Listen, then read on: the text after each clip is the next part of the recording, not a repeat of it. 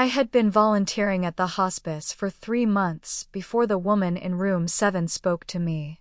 She was 89 years old. The staff called her Agnes. She rarely spoke, and when she did it was softly and in fragments, and the nurses had mentioned, not unkindly, that she often confused the present with the past. I had brought her tea on perhaps a dozen occasions. She had never looked directly at me. On a Thursday afternoon in March she reached out and grabbed my wrist. Her grip was stronger than I expected from a woman who had not lifted herself from her pillow in weeks. She said, "You are not who they think you are." I said, "I'm sorry." She said, "I know your real name. I know where you came from. I know the family that has been looking for you since before you were old enough to remember being lost." She said, "I am the last one who knows. And I don't have much time." She looked at me with the absolute clear eyes of a woman who is not confused about anything.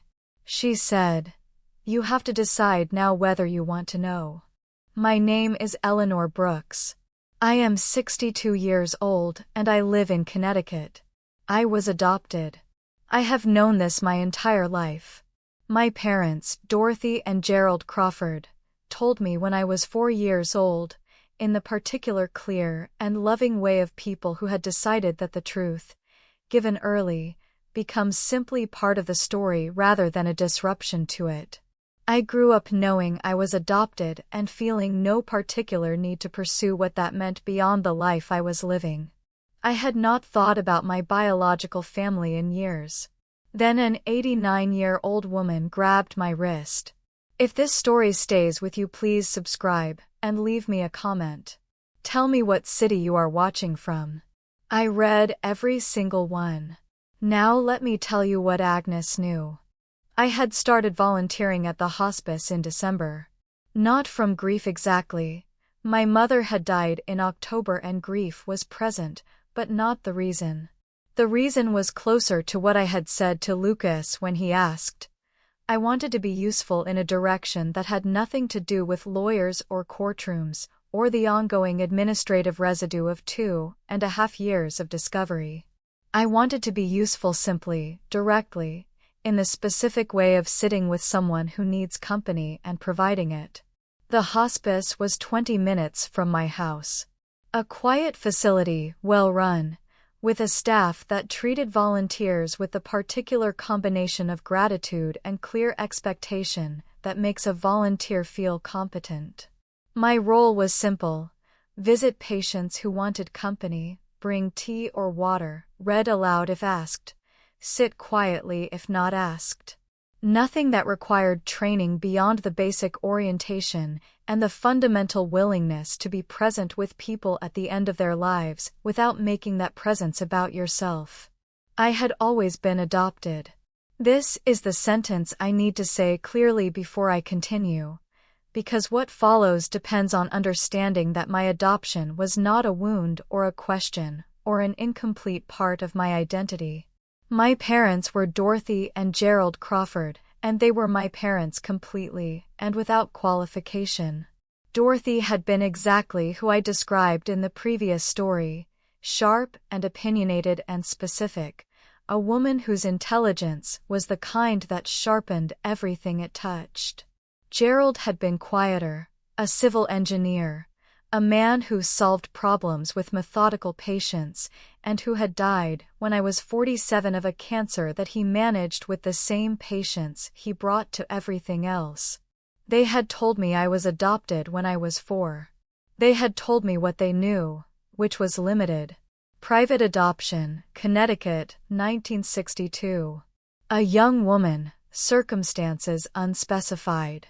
A legal process handled by an attorney whose records, by the time I was old enough to be curious, were archived and inaccessible. I had made one inquiry in my 30s, more from mild curiosity than genuine need, and had encountered enough bureaucratic resistance that I had not pressed further. I had a life. A full one. The biological history was an abstraction, real, acknowledged, but not urgent. By the time Agnes grabbed my wrist, I had not actively thought about my biological origins in perhaps 15 years. Agnes Whitfield had been admitted to the hospice in January. 89 years old. Congestive heart failure. No listed next of kin. The admissions paperwork had a blank where family contacts were supposed to go. A social worker visited her twice a week. Her medical care was managed by a trust established years earlier. She was tidy about her room, particular about her tea strong, no milk, and spent most of her days looking at the window that faced the garden. The nurses said she had been a schoolteacher, that she had lived alone for 40 years, that she occasionally spoke about people with names they did not recognize and a past that predated anyone's knowledge of her. I had visited her perhaps a dozen times over 3 months. She had never once looked directly at me until that Thursday afternoon in March. Her grip on my wrist was firm. Not aggressive, firm. The grip of a woman who needs you to understand that what she is about to say is intentional. I sat down in the chair beside her bed. I said, "I'm listening." She did not begin with the adoption. She began with an observation. She said, "You have been coming here every Thursday for 3 months. You always wear something with a collar. You hold your cup with both hands even when it is not hot. You listen to the other patients as though what they say matters regardless of whether it makes sense. You are the kind of woman who was taught that paying attention is a form of respect." I said, "My mother taught me that." She said, "Which mother?" I looked at her. She said, "I am not confused. I know what you think of me. The nurses have mentioned that I am sometimes unclear about time. I am not unclear about this.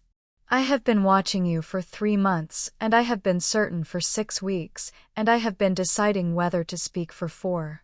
I said, "Certain of what?" She said, "That you're the child I helped place 62 years ago." The room was very quiet. Outside the window the hospice garden was in early March, bare, patient, waiting. I said, "I was adopted. That is not a secret." She said, "Connecticut. Private arrangement. 1962. The attorney was a man named Horace Finney who died in 1989, and whose records were sealed. You have his name from your parents' documents if you ever looked." I had looked. Once. In my 30s. Horace Finney. The name was in the documents my parents had given me. I said, "How do you know that name?" She said, "Because I was there." She released my wrist. She said, "I was 27 years old. I was a friend of your mother's, your biological mother. Her name was Cecile. She was 21 when you were born, and she was not in a position to keep you," which is a sentence that requires considerable more context than I have the energy for today. What I can tell you is that the decision was not made lightly, and was not made without grief, and that Cecile spent the rest of her life wondering whether she had done the right thing. I said, "Is she alive?" Agnes was quiet for a moment. She said, "Cecile died 14 years ago. She was 69. She spent the last years of her life trying to find you through channels that were not available to her.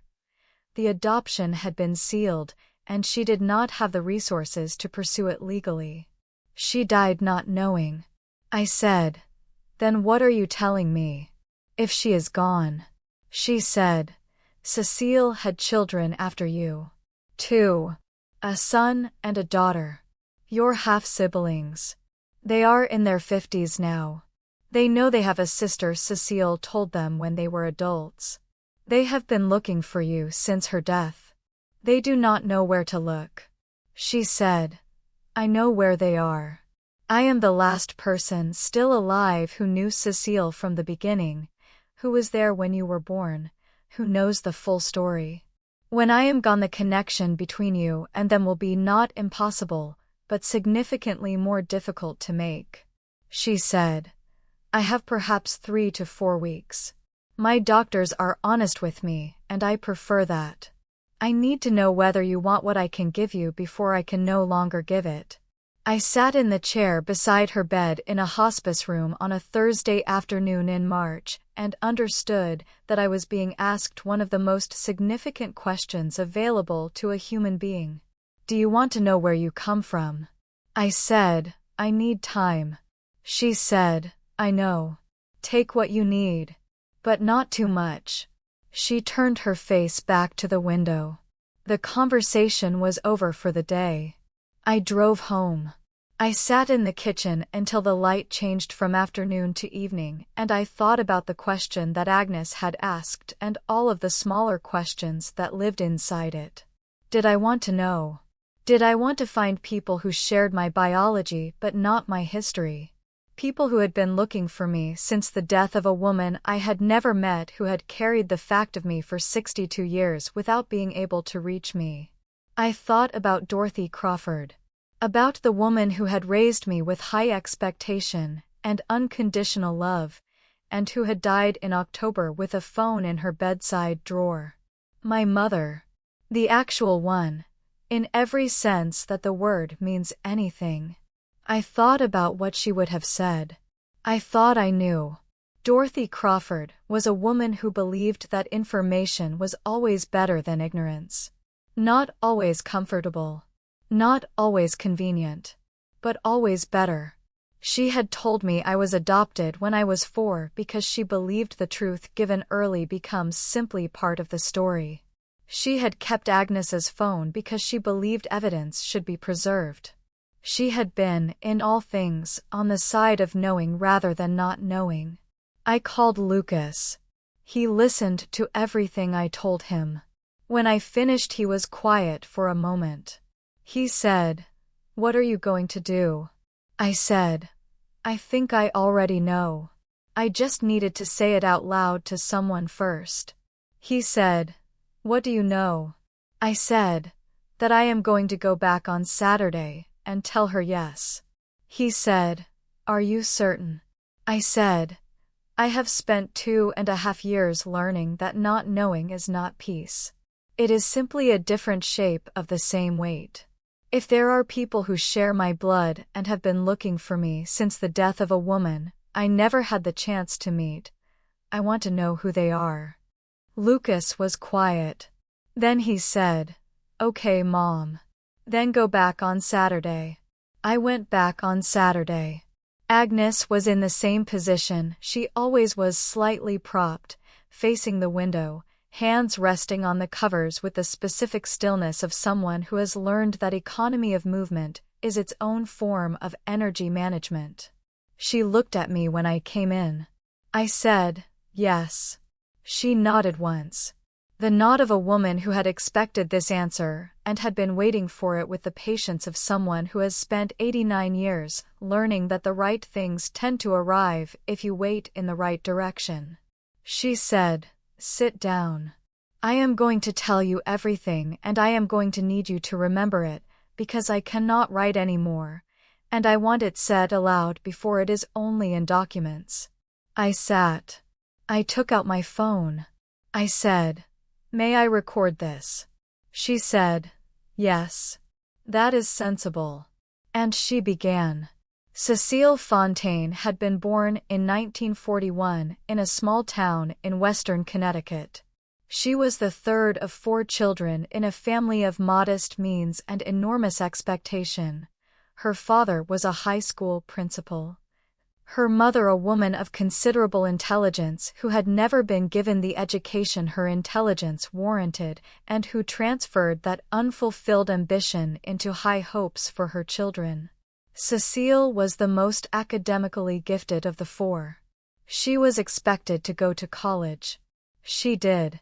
She studied literature, the same field I had studied. I noted this. Agnes noted me noting it and said simply, "Yes." In her second year of college, Cecile became pregnant.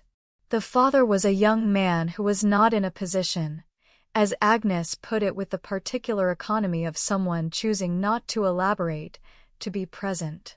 Cecile was 20. Her family's reaction was swift and specific. She would not keep the child. She would not disrupt the trajectory of a life that had been invested in heavily and carefully.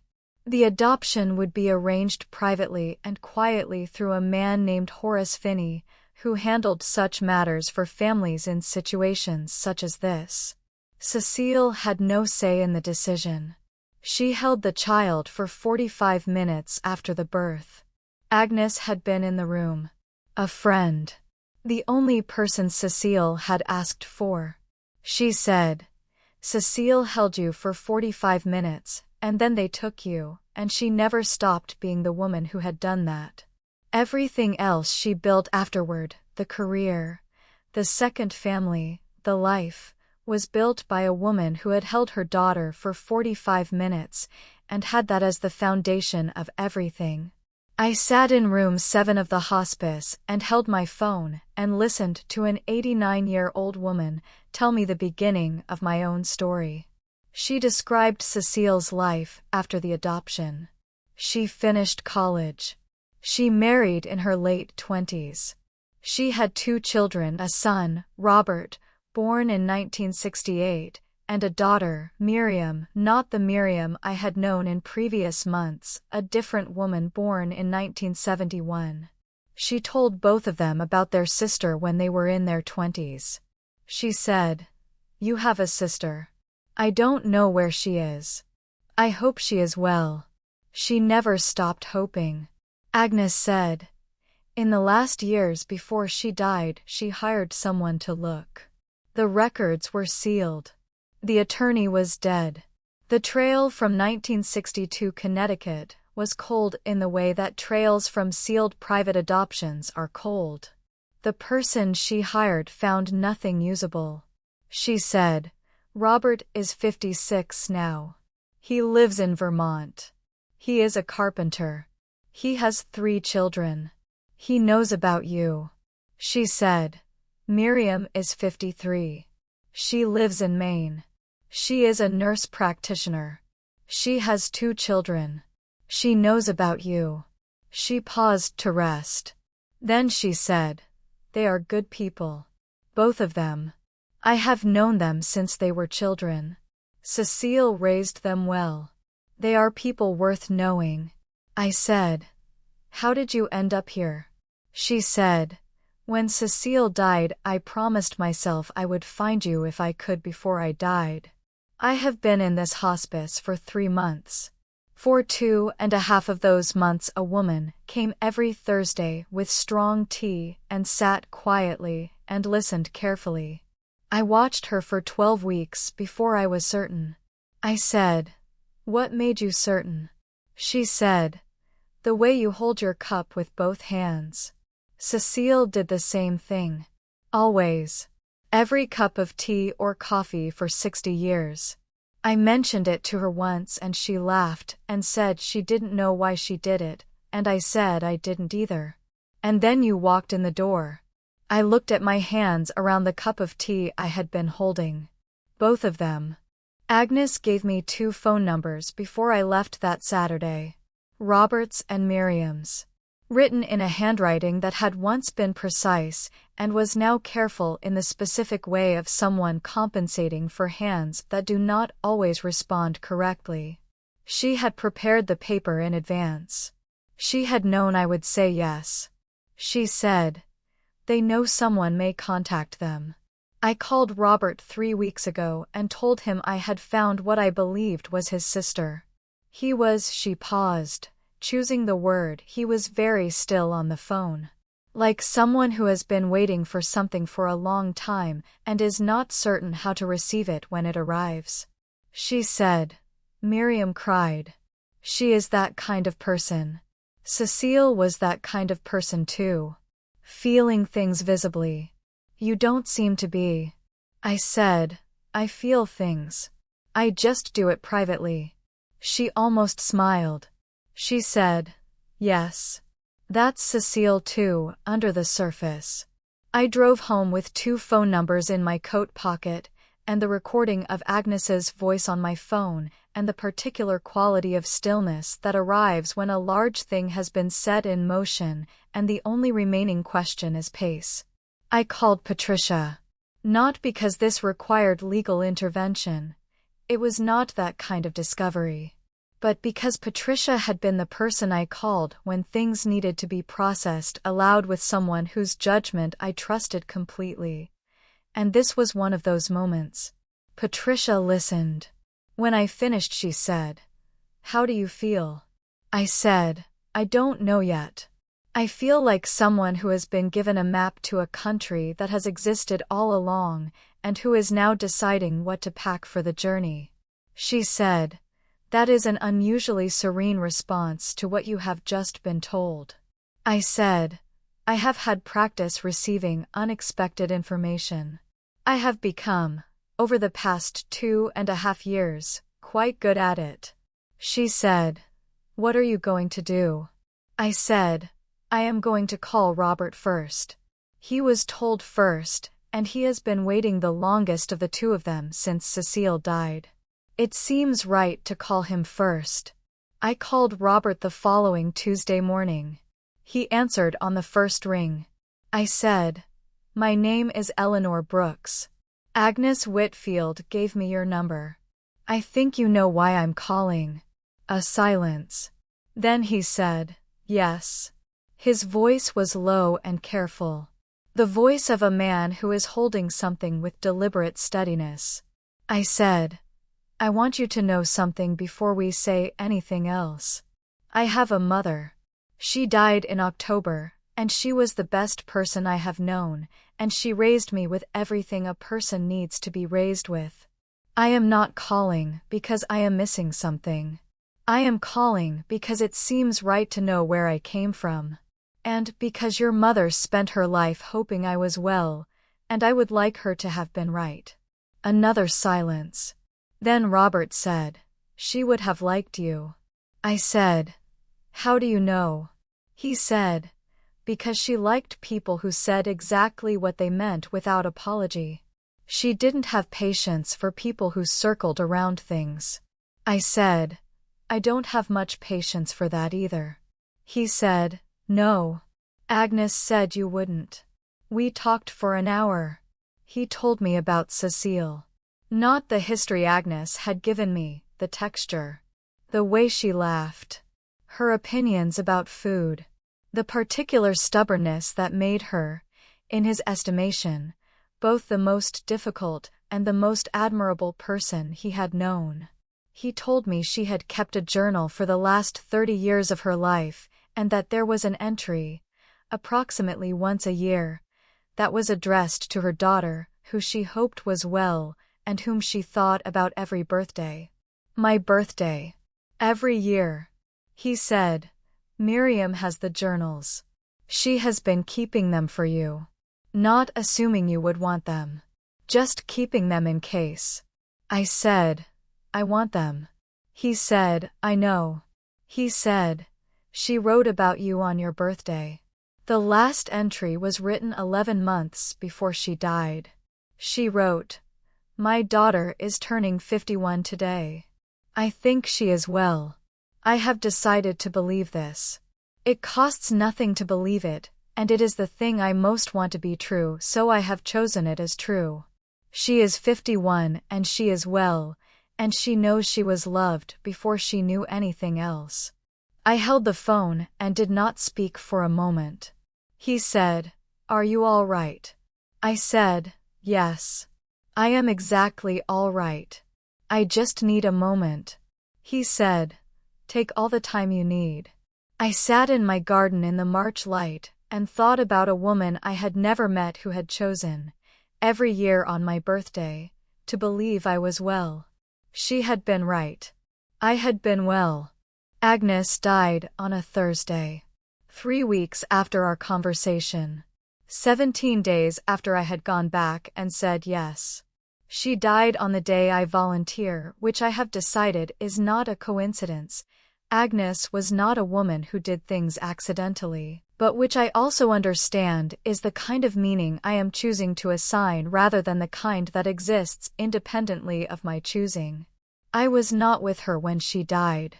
I arrived for my shift at 9, and the nurse at the desk told me quietly, the way nurses at hospices tell you things, that Agnes had passed early that morning. Peacefully. In her sleep. With the particular dignity of a woman who had decided the terms of her own ending as much as such terms can be decided. The room was already being prepared for the next patient. That is how hospices work. The rooms do not stay empty. I went to the garden for 20 minutes before continuing my shift.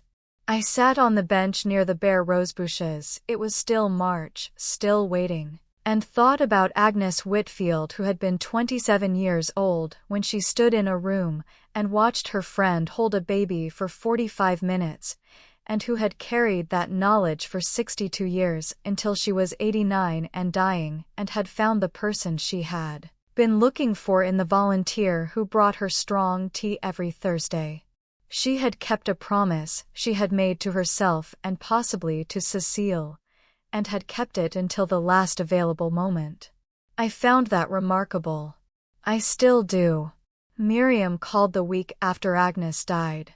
Where Robert's voice had been careful and deliberate, Miriam's was warm immediately, the warmth of a woman who does not see the point of working up to things when the important thing is already known. She said, I have been thinking about this call for 14 years. Ever since Mom died. I didn't know if it would ever happen. I said, neither did I. I wasn't looking. She said, I know. Agnes told us you hadn't been looking. She said that was fine.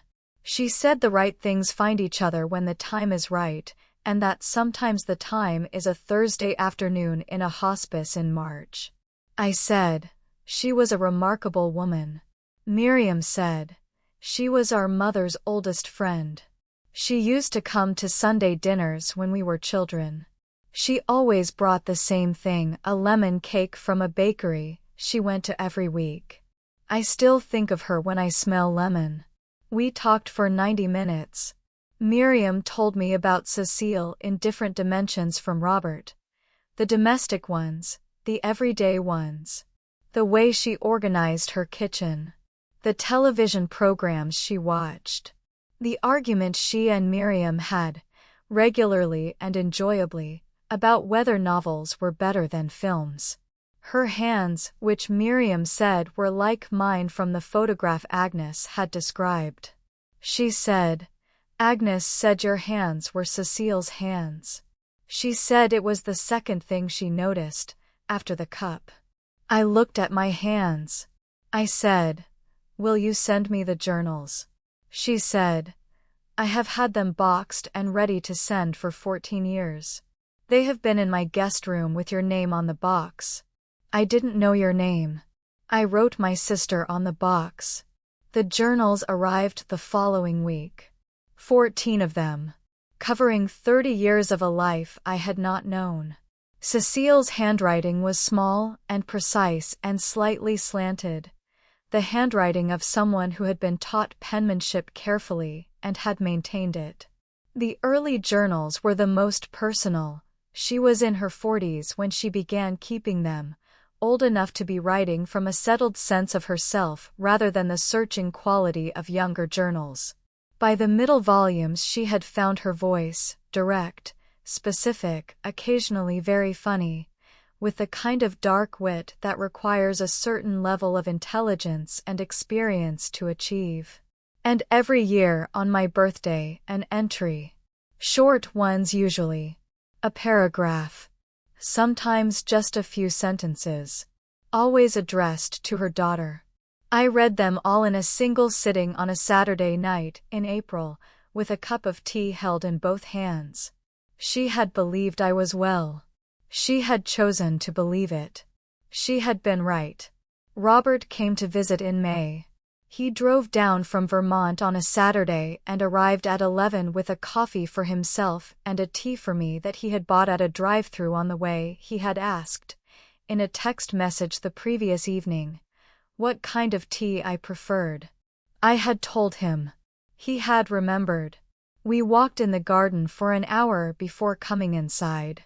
He was a quiet man in the way of people who have spent decades working with their hands. Carpenters develop a particular relationship with silence, I think, or perhaps it is that people who are comfortable with silence are drawn to work that permits it. He looked at the garden with professional attention, and said things about the structure of it that were both accurate and informed. He said, "You have good bones here. Whatever gets planted will have something solid to grow from." I thought about Sophie saying the same thing about a different garden 2 years ago. I thought about all the different people who had walked through my garden over the past 2.5 years and said true things about it. I said, "I know." Lucas joined us for lunch.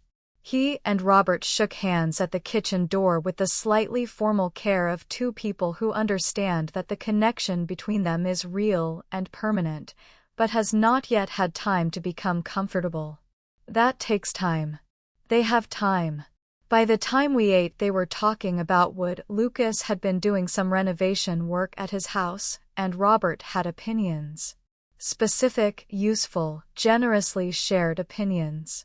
By the time we finished eating, they had made a plan for Robert to come back in August and help Lucas rebuild a porch that had been on the list for years.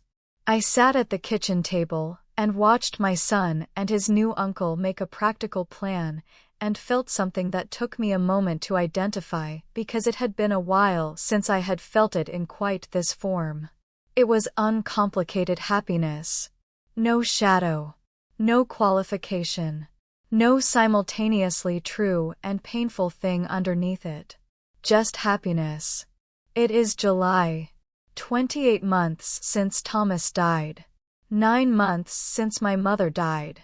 4 months since Agnes said you have to decide now whether you want to know. I decided. The garden is in full July. The roses are more than I expected them to be. The lavender is at the stage where you brush against it in passing and spend the rest of the day carrying the smell, which is the best stage of lavender and one I had not thought to anticipate. Miriam is coming in August. She and her children and Robert and his children are driving down from Maine and Vermont respectively and converging on my house for a weekend that I have been thinking about with a quality of anticipation I have not felt in quite this form before. Not the anticipation of something difficult to be gotten through. The anticipation of something good to be entered. Lucas will be here with the grandchildren. Sophie is flying in from Portland. The kitchen table is not big enough. I have already looked into renting a longer one. The family that has no proper name keeps adding people. Cecile's birthday journals are in a box on my desk. I have read them twice. I intend to read them again, slowly, over many months, in the way you read something that you want to inhabit rather than simply finish. She was a good writer. Specific and clear and occasionally very funny. I think I would have liked her. I think she would have liked me too. Agnes knew. If there is something I want to say about what happened in room 7 of the hospice on a Thursday afternoon in March, it is this. The question Agnes asked, "Do you want to know where you come from?" is one of the most significant questions a person can be asked. Not everyone wants to know. That is entirely legitimate. Some origins are better left as abstractions. Some histories are better not excavated. Some people have built complete and sufficient lives that do not require the complication of additional origins, and there is nothing incomplete about that. But if you have been wondering, if the question sits with you not as a wound, but as an unanswered thing, if there is someone out there who looks like you and makes the same involuntary gestures and holds their cup in the same way, it may be worth deciding that you want to know. Because the people who share your origins are real people.